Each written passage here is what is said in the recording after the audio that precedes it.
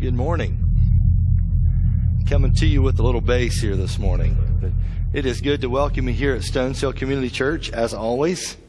It's a joy to have you come and be a part of our morning. If I could just give Mike a few of my pounds to lose, I'd be in good shape. But so far we're just sharing outfits that looks like, not pounds. So it is great to have you here. As always, Stoneshill Community Church, a great place to be on a Sunday morning. And one of the core values that we have here is that we do a good job of teaching the Bible every week and also helping you apply it to your life. And so that's one of my big responsibilities. And so it's my privilege to be able to share with you in this way this morning. We are in a series called The Spiritual Dark Ages, A Hero Must Rise. And today we do something interesting. We've been dealing with the various cycles of a 7-cycled process. And last week we dealt with a guy by the name of Gideon, who was the 5th cycle of showing us cycle, meaning that there's a period of there's peace and prosperity and blessing, and then there's disobedience, and disobedience runs into oppression, and oppression from a foreign enemy runs into discouragement, and the people cry out. God intervenes, and he raises up a hero to do his work, to bring a deliverance from this cyclical pattern or this downward spiral of depravity. Okay, so if there's ever a time when a hero must rise, it is today. And we must define what a hero is like and what a hero is to do. And what we're looking at today is something interesting. It's kind of an interesting insight that's wedged in between the cycles. And so there's this pause between cycles 5 and 6. And this pause includes a person that was the son of Gideon. His name was Abimelek. And we're going to look at how Abimelek was an anti-hero. He was a pseudo-leader. He wanted to be like his father, but he was going about it in all the wrong ways. And so we have a contrast today, insofar that we will not be looking at a hero that we could say, man, you were so instrumental in rescuing Israel. Instead, what we have is an anti-hero who is fortunately confronted and removed from doing the internal damage that he was looking to do within the nation of Israel at the time. So it's kind of interesting that the writer of Judges would include this, but I think it's a very fitting inclusion because it lets us know how important family is. It lets us know how important leadership is. And it lets us know how important it is as citizens. And some of our responsibilities as citizens is to somehow do what we can, all that we can, with all that we have for as long as we can, in order to break this spiral, this downward spiral, and also the spiral of silence that we see. So it's very, very intriguing to look at this. And I'm going to consolidate some passages here, and I will just be reading selected highlights rather than try to talk about all of chapter 8 and all of 9. What I'll do is quite lengthy chapters, and so I will just consolidate some things and put some essential paragraphs together to help you comprehend and see here what's going on. Man, it's been cold over the last couple of weeks, hasn't it? It's crazy cold. I went out to go to work the other day, and door number 1 frozen, door number 2 frozen, door number 3. I went clear around my vehicle trying to get in the car to go to work. And I thought, I'm going to have to start riding that scooter to work. That's what I need to do. There's no doors to open there. So I'm glad you're here this morning. I'm glad that you make a good effort to be here every week. And like I said, some of you here on this final Sunday in February have perfect attendance so far. in 2013, so we commend you for that. By the way, anybody here have perfect attendance in 2012? Just asking. Anybody here every Sunday here at Stones Hill in 2012? If so, the least we could have you do is stand up and we can applaud the effort. Anybody? Nobody? Okay. Yeah. Somebody in the back? No? Okay. Somebody's teasing me. Or is it real? Was it every Sunday? Anybody? Okay. Okay, stand up. Look at this. We have one. Yes. Woo! All right. That is awesome. Praise God. If you want to know what's going on around here, talk to John. He will take care of it. That is so cool. Well, maybe we'll have a few more join him in 2013, okay? Like I said, it's a series, but if you miss a Sunday or two, that's okay. Just come back. We'll just pick up the series. We'll just keep the series going, and you can kind of go back and backfill as needed via video or audio. Okay, so we have a guy, Gideon. He's a hero. He does some great things. After his success with 300 guys, victorious over 135,000 Midianites, he has this incredible celebrity status that followed that up. So he was an instantaneous hero to the max. And as a result, a lot of the other nations and city-states loved what he was able to accomplish in terms of rescuing the nation from the annual Midianite invasion. And so they want to build an alliance with him. And in this particular day and time, if you wanted to get in an alliance with a successful nation, many times somewhere in the communication process there was a wife involved. And that's not, unfortunately, they reflected some of the beliefs of their time and some of the customs and traditions of their time. It's not a statement on the value of women at all. But in this particular time, there were viewpoints that weren't necessarily good viewpoints, and that was to be polygamous and to have many wives. And so we won't get bogged down with that. Just know that what the Bible does, it shows us how bad life gets when we choose polygamy. It doesn't say you shall not have more than one wife as such. What it says is if you have more than one wife, trouble in your life. Trouble in the world, okay?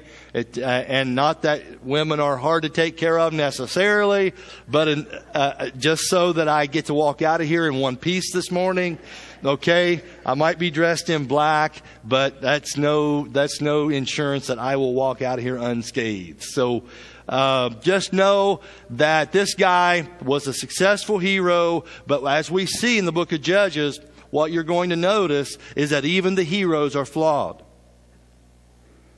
And it's just God's grace over and over again in this book that God uses these flawed people to do these incredible acts of rescue. And these flawed people bring their views to their life, their views to their family life. And what happens is Gideon is complicit in this. He accepts many of these invitations into alliances evidently, and he marries many wives. As a result, he has many sons, many daughters as well. He has as many as 70 sons. And he also had a concubine, which is a wife without all the status and prerogatives of like an upper level wife. And this was a concubine who was in a family in a little town called Shechem. And Shechem was a Canaanite city.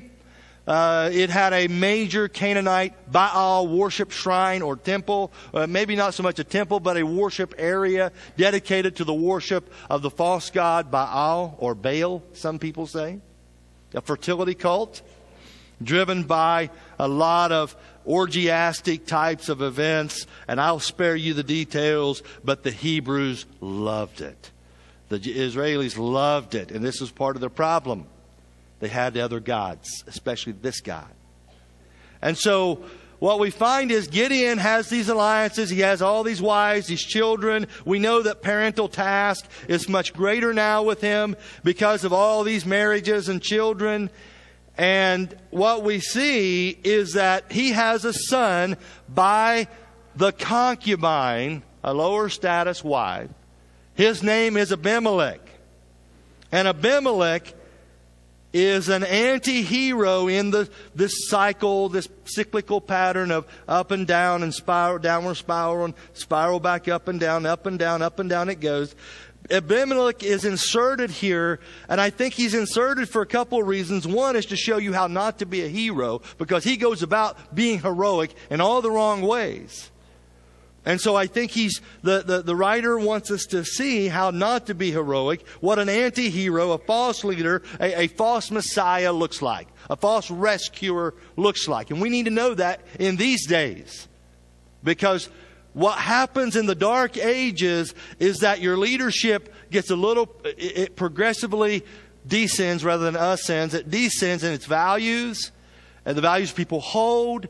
The leaders reflect the values of culture. And then all of a sudden you have, whether it's an inauguration speech or some other political communication or other pundit or news person, all that we see talked about today is a reflection of culture. It's just the values of culture spilling out through the words of our leaders.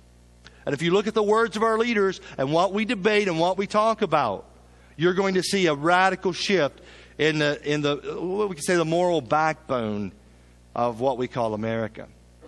Okay? And so this is critical as we look at this and we understand what is an anti-hero. Well, Abimelek is an anti-hero. He's the son of a very heroic person who happened to entertain polygamy. He was a son of a very heroic person who happened not to parent very well. And here we are again, bumping our heads against this family thing and parental responsibility. Gideon, there's no way he could parent all those kids the way they needed to be parented. There's no way. And Gideon lost. He would go and pay these conjugal visits to the Shechemite concubine, okay, without investing in the life of her son, Abimelek. And he grew up with a rage and an attitude that spills out in Judges 9. Okay?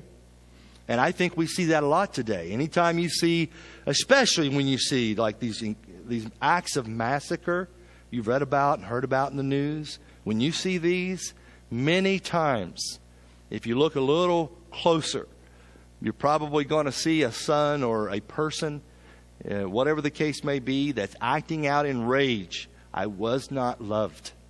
I was not paid attention to. I was not parented right. And this is my way of getting my voice heard. Many times it plays out. Well, you're going to see that. What we're seeing in the news, what we see here in Judges 9, I mean, I'm not making this stuff up. It's like you're thinking, man, how does this guy know what? I don't. It's just the Bible. And when you teach the Bible and listen to the Lord and He says, I want you to go Judges. Okay, I'll go Judges. He matches it all up. And so the violence that you're seeing today is a result of, it's the dark ages. It's a spiral, a downward spiral. And we're seeing this. And so if we go to slide 3, no sooner had Gideon died than the Israelites again prostituted themselves to the Baals. They set up Baal Berith as their God. And they have traded Yahweh for Baal Berith, a covenant with Baal. And the text says they prostituted themselves. And what's a prostitute? Well, it's one who solicits and accepts payment for sexual favors, catering her attentions or his attention to the highest bidder, pursuing self-interest with numerous people rather than faithfully supporting one spouse. This was Israel. Her heart was prostituted to these other things, other gods. And when you get all caught up in gratifying your senses and living only for them, what happens is that you forget God and you seek to build a life without Him, and a kind of amnesia settles in over the people. They don't remember God. They don't remember their heroes. They don't remember their values. They don't remember the foundational stuff that enabled them and positioned them to be who they are today. And verse 34 says, it happened in Israel. And they did not remember the Lord their God. In the dark ages, we're very good at forgetting. And He had rescued them, verse 34, from the hands of their enemies on every side. Every place within Israel, God was raising up heroes. Heroes were hard to find, but God was sovereignly raising them up. In every locality, God raising up heroes and she-ros. But Israel forgot this. Verse 35, they also failed to show any loyalty or loyal love to the family of Jerubbaal, which is a nickname for Gideon, which means Baal destroyer, Baal destroyer. And in spite of all the good things that he had done for them, they forgot Him. Okay? They forgot God. And when you forget where you've come from, you're subject to rogue leaders and anti-heroes because you don't have the ability to perceive anything. You can't see through the fog. The multicultural fog. The historical revisionism of fog that has kind of descended over the land. This is what's happened. It happened in this era and it's happening today. Okay? Verse 1 of chapter 9, when you have this fog, this dark age period in which we live, there are heroes that rise up, true heroes, and then there are wannabe heroes, there are anti-heroes. And on slide number 4, his name is Abimelek. Abimelek. Chapter 9 of Judges. His name means my father is king. And even though they offered the kingship to Gideon after he had the incredible military victory, you can go back and read the background for this. They offered it to him. He refused to take the kingship, but he accepted all the privileges and prerogatives thereto. He was instantly a celebrity. And something in the heart of little neglected Abimelek, son of a low status concubine wife in Shechem, a Canaanite city, something in him said, I want to be like Dad. And yet, he didn't want to be like Dad because Daddy never paid attention to him. Heroic, slaying, whatever he was doing, slaying his thousands, or at least presiding over the victory over the Midianites, 135,000 people. Hey, that's great, that's good, that's wonderful, but what about him? What about getting on the parental front? He wasn't a very good dad, from all indication of the text. And this little guy, Abimelek, grew up with an attitude, I want to be a king like my daddy, but at the same time, I hate my daddy. He was the son of Jerubbaal. Why do they keep using the nickname for Gideon? Jerubbaal is a Baal slayer or Baal destroyer. And this is what Gideon did prior to the great military victory of success that we read about last week. He destroyed his father's Baal gods and shrine. And they just about took his life for doing so. And the reason the writer keeps emphasizing and using the nickname for Gideon, Jerubbaal, is that he wants these people to see, Abimelek wants these people to see that this is the guy that's trying to destroy your gods. And we want to make sure we label him as such. So Abimelek, son of Jerubbaal, this Baal slayer, went to his mother's brothers in Shechem. And he said to them and to all his mother's clan, what's going on? Well, after Gideon's death, the sons, his sons by his other wives, he had many wives. They appeared to have formed some kind of collective government, but Abimelek was not included, probably because of his lower status birth.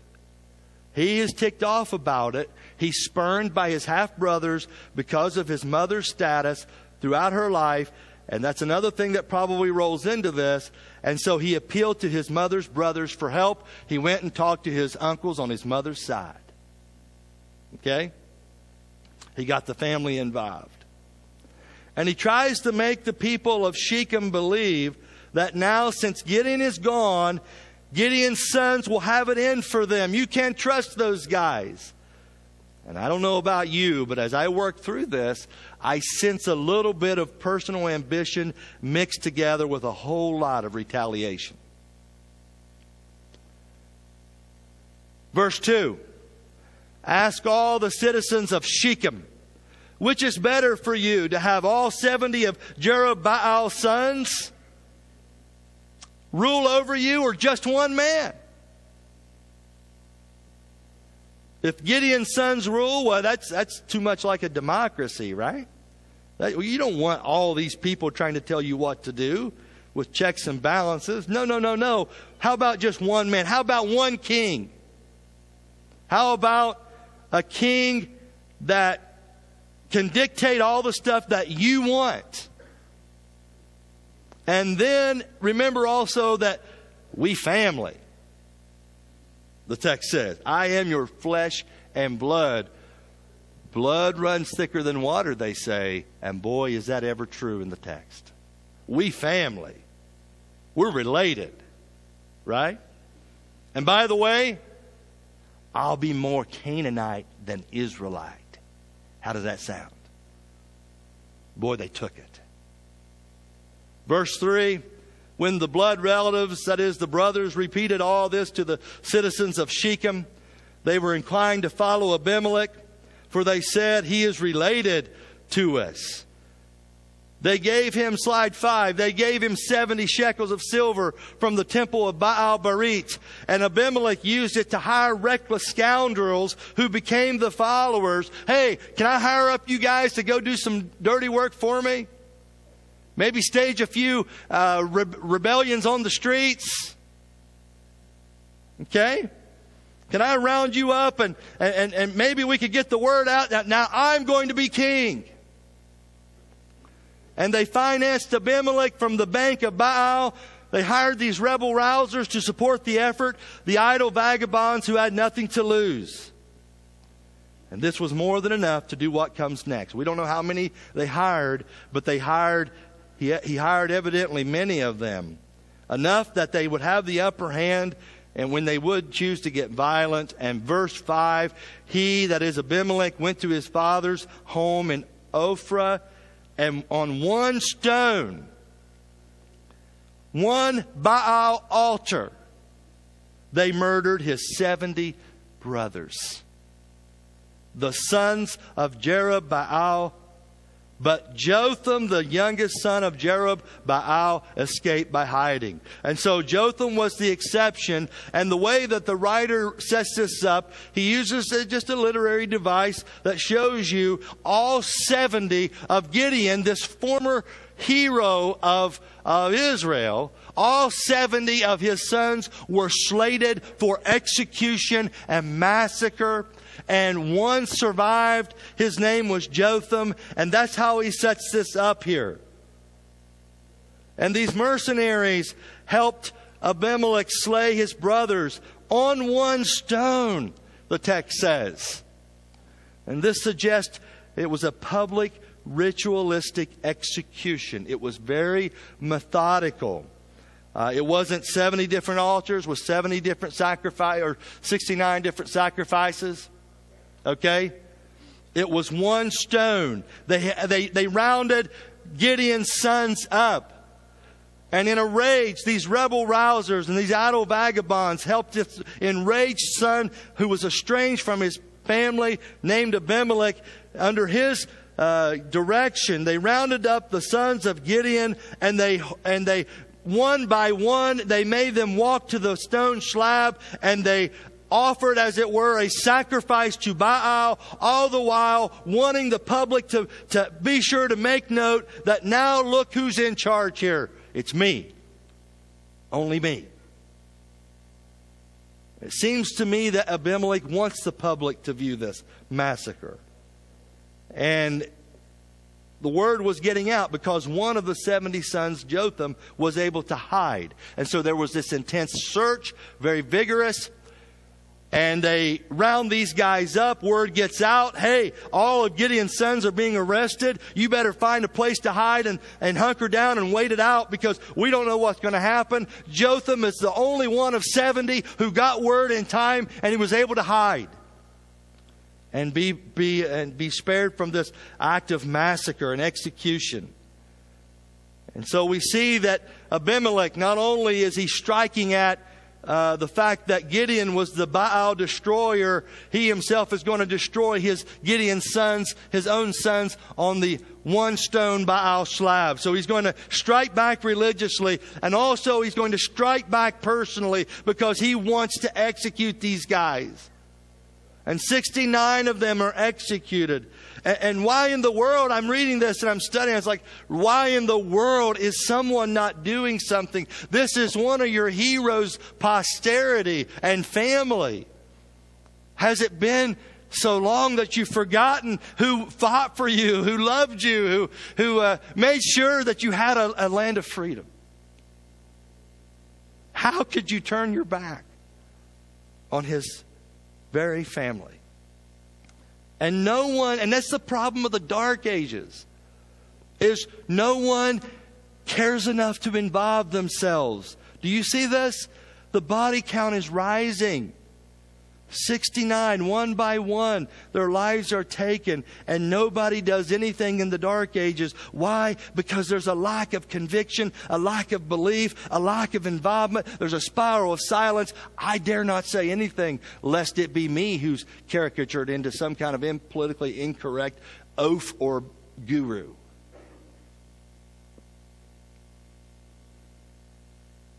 This was Gideon's hometown, of all places where it should have been safe. And not one person steps up that we read about that tries to intervene and stop the madness. They were evidently overwhelmed and complicit in this act of an estranged son named Abimelek. Well, after the assassination of 69 half-brothers, Abimelek hurried back to Shechem for his coronation, his inauguration. Verse 6, then all the citizens of Shechem and Beth Millo. Beth means house of, Millo means a filling or fortress or mound. If we say Bethlehem, Beth, house of, Lahem, Lahem, bread, house of bread. Beth Millo, house of a mound or house of a fortress or house of an elevated terrace of some sort. Probably where the wealthy were located, in the little town of Shechem. And it seems that Abimelek, in his rush to become king, his self-promotional rush, which is very anti-heroic. But Abimelek wanted to be king, and he talked with the wealthy into getting behind him, and they footed the bill, and he wanted the celebrity status of a father who wouldn't love him, and yet he wants to be king. And so he rushes to the throne. And evidently at the time of Abimelek's inauguration, the one survivor of the massacre at Ophrah comes out of hiding. He realizes, you know what? This spiral of silence has to stop. This thing is tanking unless somebody intervenes and says, wait a second, we've got to articulate what it means to serve under the one true God. We've got to re-emphasize and re-articulate and repackage and attractively present in a way that is reasonable and logical and fair, and a way that is God-honoring, what it means to be a follower of God, what it means to be a citizen, what it means to live today in a culture that's just lost. And Jotham, bless his heart, he comes out of hiding. He could have tuckered... he could have just tuckered down and stayed laid low and not got involved and somehow find a place to live out his life in safety away from this anti-heroic Abimelek. But he doesn't do it. He says, if I don't do something, nobody will. And so he rushes back to Shechem. If we look on slide 13, pull up slide 13 for me. This is Shechem several years ago, but it's Shechem It gives you the idea. Mount Ebal, Mount Gerizim. This is where Moses had the children of Israel get on one mountain, the blessings, and the mountains of curses, Mount Ebal to the right there. And then they would repeat these blessings, and it would echo down in this little valley. Okay? And Shechem, Old Testament Shechem, time of the Judges, Book of Judges, Shechem was located in this very spot. And so it had some pretty powerful acoustical effects. And so the best we can tell, Jotham comes out of hiding after the massacre of 69 of his brothers from a raging Abimelek. And he rushes up perhaps to one of these mountaintops where he can make a quick and hasty escape should he be pursued by Abimelek's ruffians and motley crew. And he rushes there, and as they're getting ready to coronate and inaugurate this pseudo anti-heroic leader, Jotham steps up courageously on the mountaintop, and he begins to proclaim a confrontation to the people of Shechem, to the noble and the wealthy of this land, to those who were in alignment with this anti-heroic king. Have you acted honorably? And it just echoes. In good faith, by making Abimelek king, king, king, king, king. That's my echo. Okay? Work with me. Have you been fair to Jerub-Baal, and his family? Have you treated him as he deserves? Slide number 6. Jotham shakes his head in amazement at these people. How could you ever think about making this guy king? How could anyone possibly vote for this leader? In other words, do you guys realize the price that was paid, that my family paid, that my brothers paid, that my father paid? Do you realize what battles he fought to ensure your survival, your food, your welfare? Are you clueless? What are you thinking, man? And all the while they're trying to get through the coronation ceremonies. And Jotham, lone Jotham, courageous Jotham, who's not even viewed as a hero in the book of Judges, but I think he is one. He comes out of his hiding place. He gets on the mountaintop. He says, you guys are going down a bad path here. And I have to tell you, there's going to be many repercussions from this. Verse 17, remember that my father fought for you and risked his life to rescue you from the hand of Midian. And what has this leader done? What has this Abimelek done? Jotham tries to awaken them out of their stupor. Wake up, people. He's leading you into a downward spiral. You think it's bad, it's going to get worse. But today, verse 18. This day of an inaugurated pseudo-hero, you have revolted against my father's family.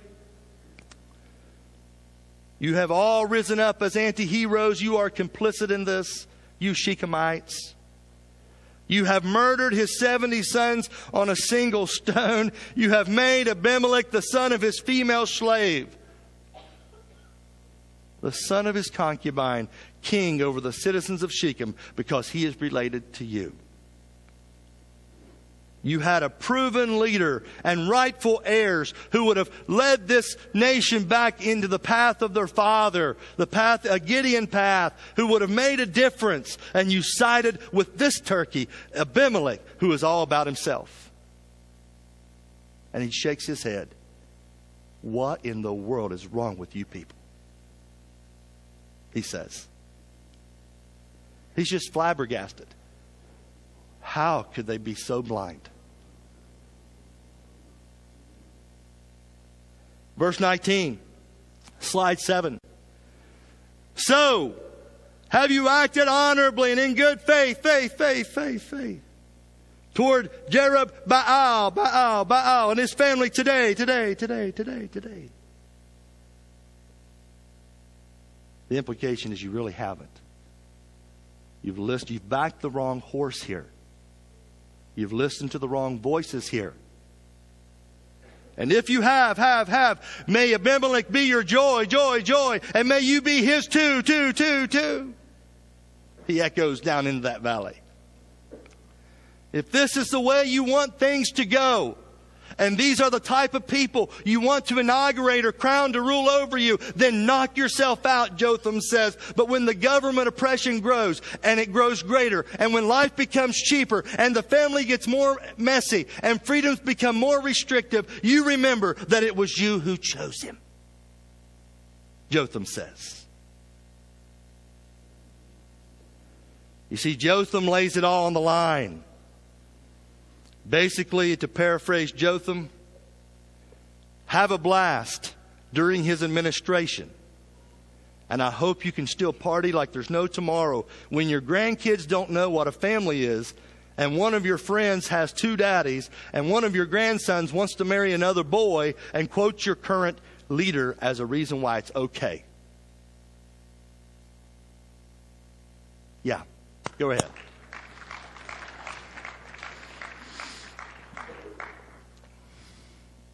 Okay? Jotham lays it on the line. We need Jothams. Friends, the spiral of silence has to stop. Somebody has to step up and articulate a reason for why we exist and why we're here and where we're headed and what our role is in the process and how we can resolve the dark ages. We don't need a leader who continues to push us in a spiral of darkness. But that's where we are. You see? Now, I want you to notice something here. I'm not making this up. I want you to look at something. In all the other judgments and judges, it was the Canaanites, it was the Philistines, it was the foreign oppressor like the Midianites that oppressed Israel. But now we see another form of God's judgment that cycles into this cycle of judgment in the book of Judges. And what we see is that God just gives you leaders that you insist on having in the dark ages, and then he lets you live under the regime for a while. Until you will see. Until you will see and wake up. You see what God does? You see the difference here? You see why this is included like it is? All the other enemies were from without. And now, in Judges, right here in 9, it starts rising up from within. What does Lincoln say? Pull up my Lincoln slide. All right, quickly. Pull up my Lincoln slide. Lincoln says, basically, it's not the stuff that's outside. It's not the people on the outside necessarily that's going to destroy. Instead, it is going to be, if there is destruction that be our lot, we ourselves must be its author and finisher. As a nation of free men, we must live through all time or die by what? Suicide. This is what's starting to happen in Judges now. Internally, they're going to break up and begin to fall apart unless something happens. Verse 20. But if you have not acted honorably, let fire come out from Abimelek and consume you, the citizens of Shechem and Beth Millo. And let fire come out from you, the citizens of Shechem and Beth Millo, and consume Abimelek. What's he saying? This is known as Jotham's curse. It's Jotham's judgment. It's the son, the legitimate son and heir, the only surviving heir of a fallen hero who was unjustly massacred on one stone slab as an act of worship, to Baal worship as an act of rage from a son who couldn't stand his father nor his father's family, a son who was an anti-hero, a son who was a false messiah, a false rescuer, a false leader. And we have this guy Jotham who says there's going to be a price to pay. And that curse is going to be that the people themselves will oppress their leader, and the leader himself will oppress the people. In other words, there will be self-destruction. self-weakening. And I would just have to say to you this morning, if we have a fighting chance in the dark ages, if there's a fighting chance of hope to somehow stop the levee that's already caved in on a number of issues and on a number of fronts, if we have any hope at all, it will be because of some heroic Jotham from some little place like Stones Hill Community Church who gets up on his mountaintop somewhere, and not in an belligerent, mean and cutting and uncaring way, but in a way that is based and principled in the truth and rooted in the truth of who God is and what He's about and what He's revealed. It's some Jotham somewhere who will stand up and begin to articulate and break the spiral of silence, and who will say, no, this is not the path that we need to go. Slide number 8 on the screen. Unfortunately, they still crowned Abimelek king even after Jotham's curse has been proclaimed over the people and over the festivities of what was going on. Judges chapter 9 verse 50. Next, Abimelek went to Thebez. This is about 6 miles north of Shechem. And he besieged it and captured it. And this was one of about 4 towns brought under Abimelek's control. Why did he have to go conquer it? Well, they knew he wasn't a rightful leader. They knew what he had done. They weren't going to surrender to his shenanigans. So Abimelek's kingdom is small. He is a king, but it's small. He only rules about 4 cities as best we can tell. And he just ruled for about 3 years. Verse 51. Inside the city, that is the city of Thebez, was a strong tower to which all the men and women, all the people of the city had fled. So they're on the run again. Abimelek, this pseudo-leader, is after the people. And they had locked themselves in and climbed up on the tower roof that's within the inner walls of this city called Thebez. And Abimelek is on the attack. It was their last stand. And look at what Abimelek's going to do. Verse 52. Abimelek went to the tower and he attacked it. But as he approached the entrance to the tower to set it on fire, he's going to set this thing on fire. He's going to smoke these people out or burn them alive. One or the other, maybe both. He leans over to light the fire. Verse 53, slide number 9. And a woman dropped an upper millstone on his head and cracked his skull. So... I don't know if I applaud or cry here. I don't know what to do. You don't rejoice in the violence. I understand that. But I tell you what, when you look at the next verse and it says something about, well, a couple verses it said that God repaid the wickedness that Abimelek had done to his father by murdering his 70 sons. Verse 56, when you look at that, you begin to think, man, you know what? I'm going to fear God. I'm going to fear God. Who knows? You're going along one day, your chariot gets stuck in the mud and you're routed. Some woman in a tent, in a Bedouin tent, plays you like a card. And then, of all things, you're trying to light a fire and you look up, wham, done. It's over. Okay? Fear God. Fear Him.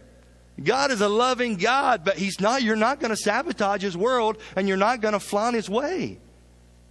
He holds you accountable. We got to get that. He holds us accountable. And we've got to get that through our thick skulls.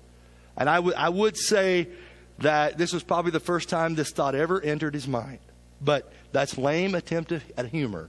And I realize you may not catch. Okay, you didn't catch that. Fine. I'll just keep going. Okay? Forget I said anything. A woman dropped, or we could say threw or flung an upper millstone on his head and cracked his skull. Now listen. The millstone was made up of 2 stones. You had a bed, a larger 100-pound millstone or more. It would lay flat. It was slightly curved. And then you had another stone, and you would put the grain on the bigger stone, and you would take the lighter millstone, and you would grind it down. If you go to slide 14, okay, there's the idea. She grabs on their way up to the tower. Abimelek's coming. Run, run. Everybody, and they're running. They hustle up the steps or the ladder, whatever means of transfer here they got going up to the tower. They get to the top of this thing. She's got this millstone. She doesn't know what she's going to do with that. She's probably thinking, why in the world am I lugging this thing to the top? It's heavy. I should, let somebody else be doing this. But she's just like, I'm just going to grab it. You never know. She grabs it. She gets up to the top. And she's like, I don't know what to do with this thing. I just know if something doesn't happen soon, we're all going to be smoked out and burned alive. I got to do something. And boy, she looks over that group. She picks out who she thinks the leader of the whole the whole bunch. The guy's getting ready to light the fire. And she's just like, oh, God, you got it. And she lets it go. I thought about bringing a 15-pound weight and just passing it around. 15 pounds, pretty heavy, actually. Especially when you think about dropping from an uncertain distance of maybe 20, 30 feet, maybe higher, and letting that thing pick up steam, and then reaching its target. Well, this guy, it reaches its target, and he collapses on the ground, and before he goes unconscious, he looks up just in time to catch a glimpse of some woman looking over the edge going, okay? And so he turns and he looks up, and this woman she can't believe it. And it's like, oh my goodness, a woman is going to take me out. Me, the new king, newly coronated, massacre of the true hero and his family. A woman is going to take me out? Amen. Somebody's, woo, that's good. Absolutely. That's exciting stuff. Listen, the text plays the note of irony so loud and clear. The text plays the note of poetic justice very clearly here. Remember now, Abimelek was all about one man ruling over you. One man, not 71, ruling over you. So they were all slain with multiple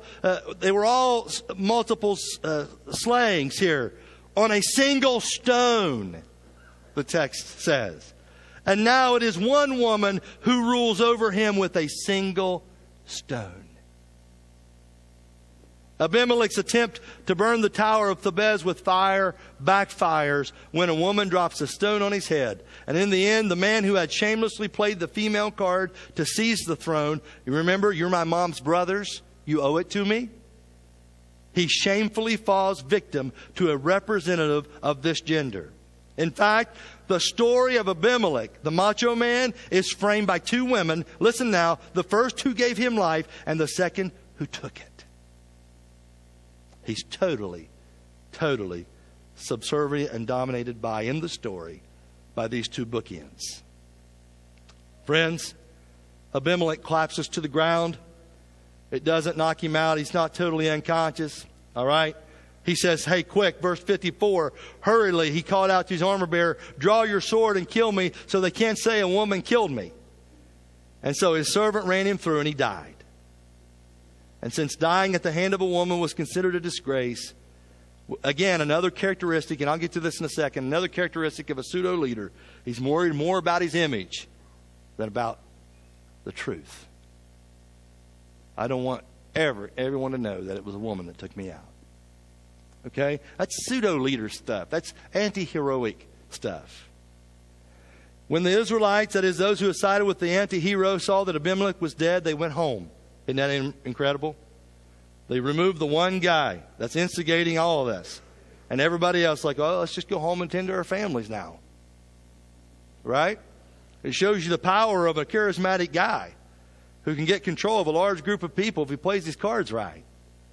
And it also illustrates the power of a good leader who chooses to use all of his leadership abilities and gifts to lead for good causes.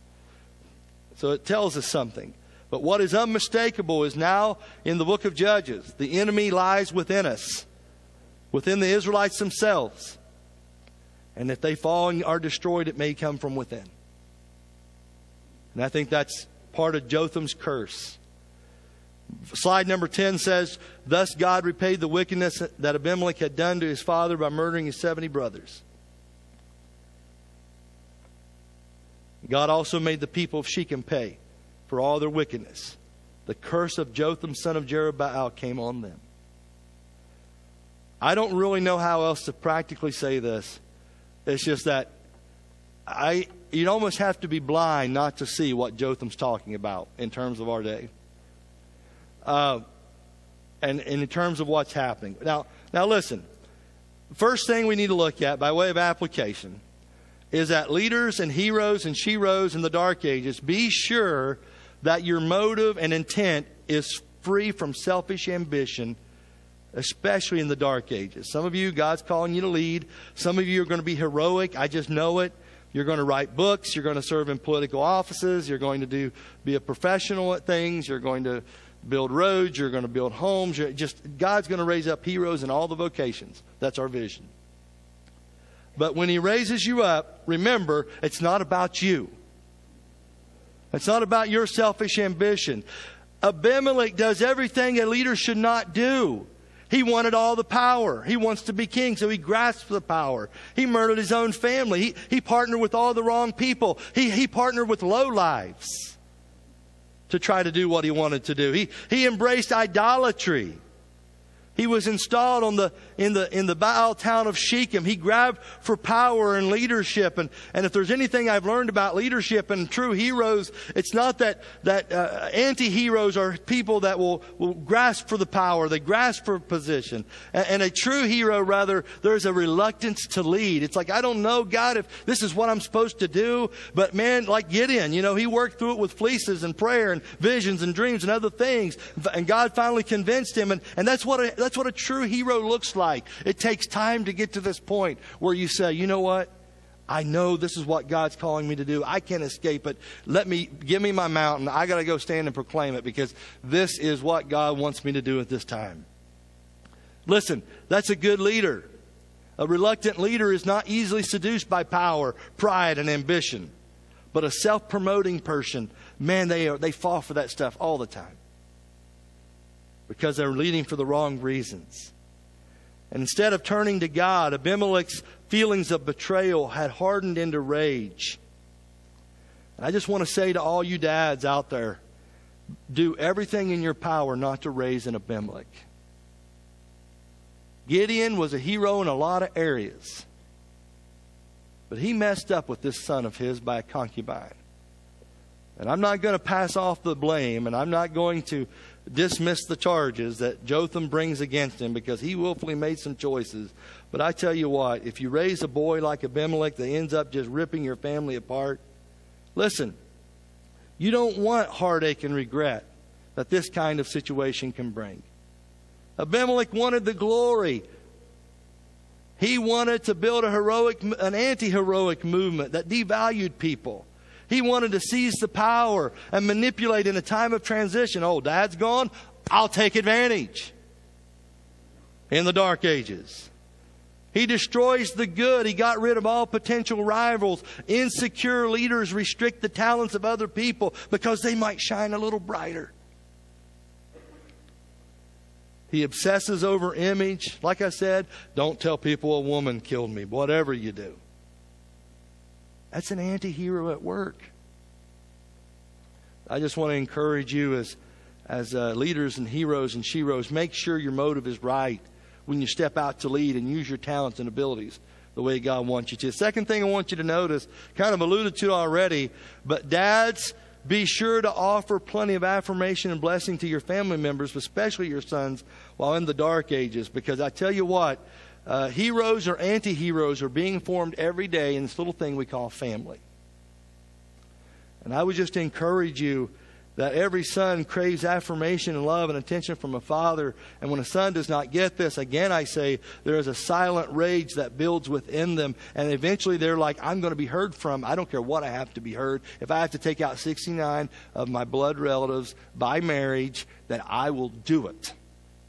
Because I'm going to be heard from finally. And my dad's going to pay the price.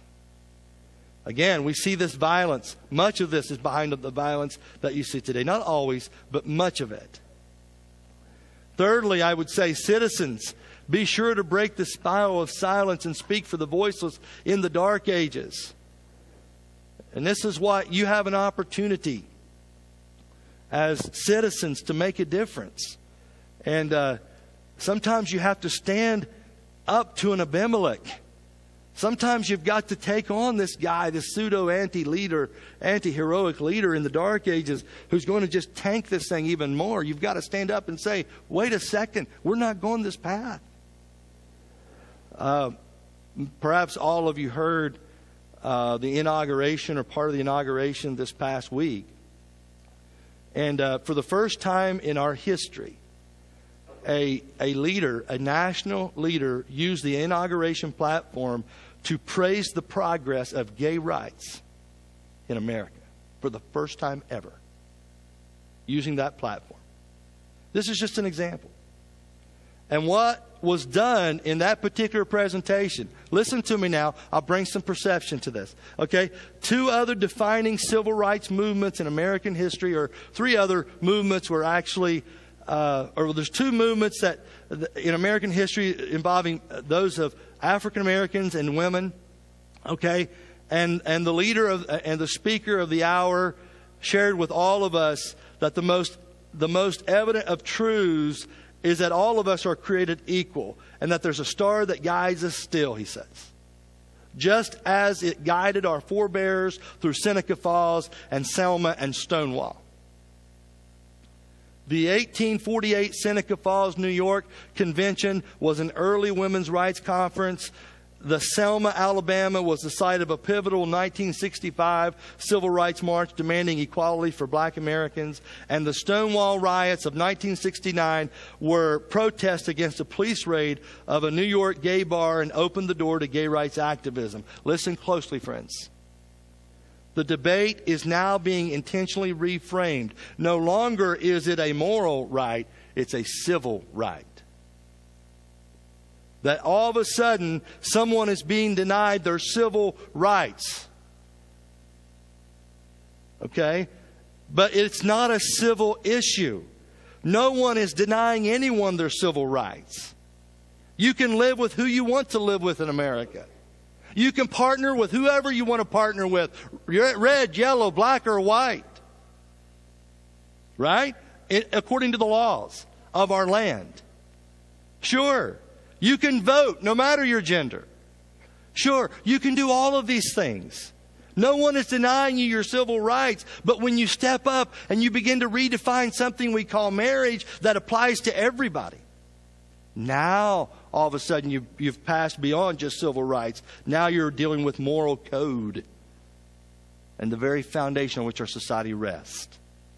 You see the difference? No one's denying anybody their civil rights. Don't let the media, don't let your highest leader in your land convince you any differently. It's not a civil rights issue. It's a moral right. Amen? It's a moral right. 9 states and the District of Columbia have legalized same-sex marriage. Last November, Maryland, Maine, Washington became the first states to do so through the ballot box. Friends, the levee has broken. It's broken. And it's going to strike at the very heart of what we call the family. Listen, you've got to stop being a hidden Jotham. You've got to come out and be a... Talk about coming out of the closet. All the Christians and Christ followers, you better begin to articulate these values that are important in your life. At the water fountain at work and other places, begin to let this stuff spill out and articulate this stuff, because it's so critical to where we're headed and what it's going to mean down the road. And I'm going to tell you right now that if you are caught up in a homosexual lifestyle, listen, this is just one issue.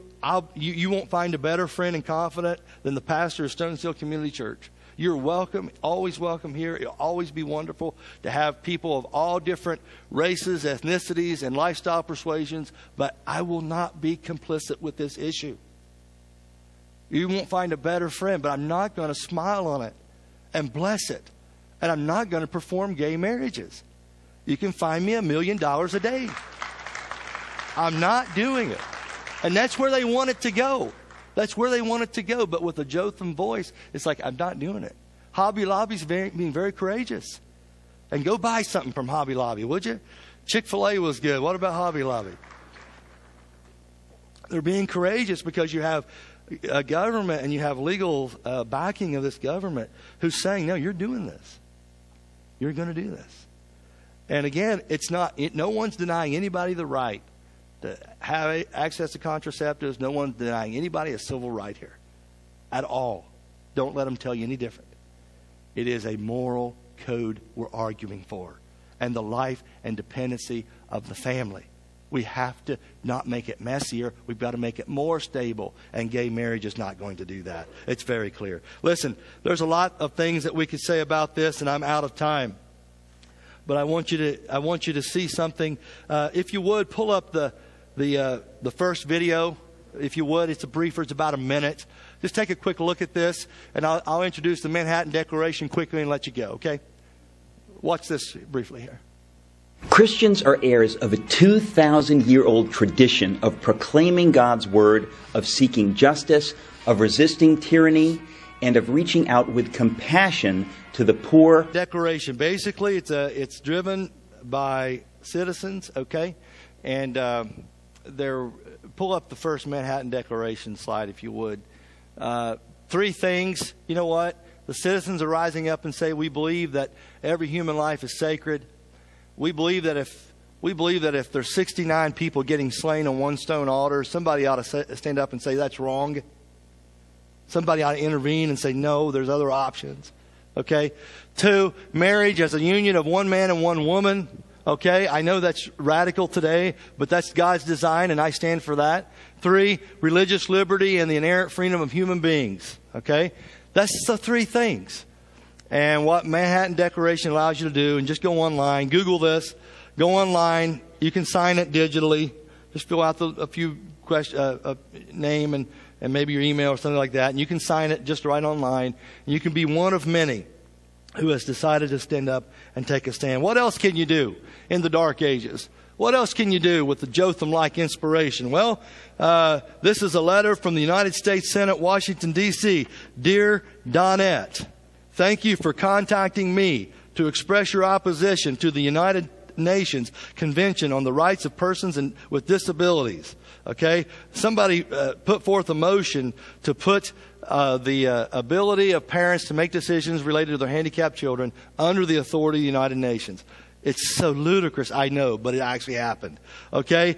This is a senator who says, Dan Coates, he says, this went through. He told us who endorsed this particular treaty and this particular motion, and you wouldn't be surprised if I told you.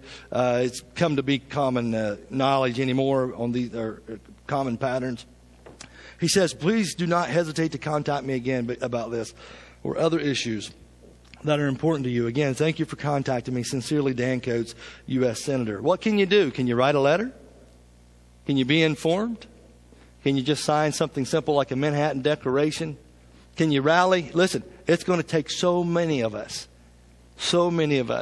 to get the levee stopped from more breakage. Okay?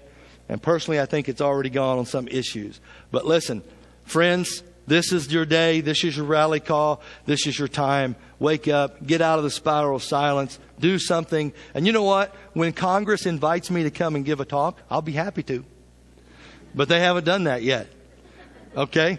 But when they do, I'll be happy to give it. But what I'm saying to you this morning, I know life is hard. I know it's difficult. I know there's issues, personal issues in your life. And what I want to say and conclude with here this morning is the beauty of Jesus. Okay? I always like to conclude with the beauty of Jesus. And when the people of Shechem chose Abimelek to rule over them, it reminded me of another pseudo-king. Years later, listen to me now. Years later, a crowd of chief priests stood in front of Pilate and said, we have no king but Caesar. And this astounds me.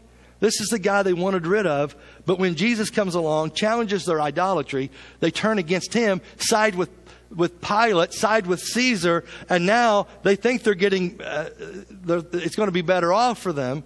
But instead, they've chosen tyranny and more tyranny, and on top of tyranny that was being imposed on them from a Roman rule. But Jesus was so kind in those days. Instead of repaying them for their evil against him and rejecting him as a true king, he said to the Father, you take all the judgment that was intended for them and you place it upon me. I will die in their place. I will not smoke them out. I will not make their lives miserable. I won't execute them on some stone slab. Instead, I'll offer myself on a cross. I'll be laid on a stone slab and I'll rise up off of it on Easter morning. That's what I'll do. And I will get up off this stone slab and I'll offer new life to all those who want it. You can stop throwing millstones, and you can stop dropping dropping millstones or driving tent stakes, or you can leave your ox goad at home. Why? Because I have paid the ultimate price. They can stop sacrificing one another. They can stop reducing each other to pleasure objects. They can go to their homes. They can create a new beginning and have a better government and nation because of a mom and dad who tends to little heroes that they're raising up in their families. And my love will be at the center of that home. Amen? That's what you can do. Now, will you open up your life to the Lord?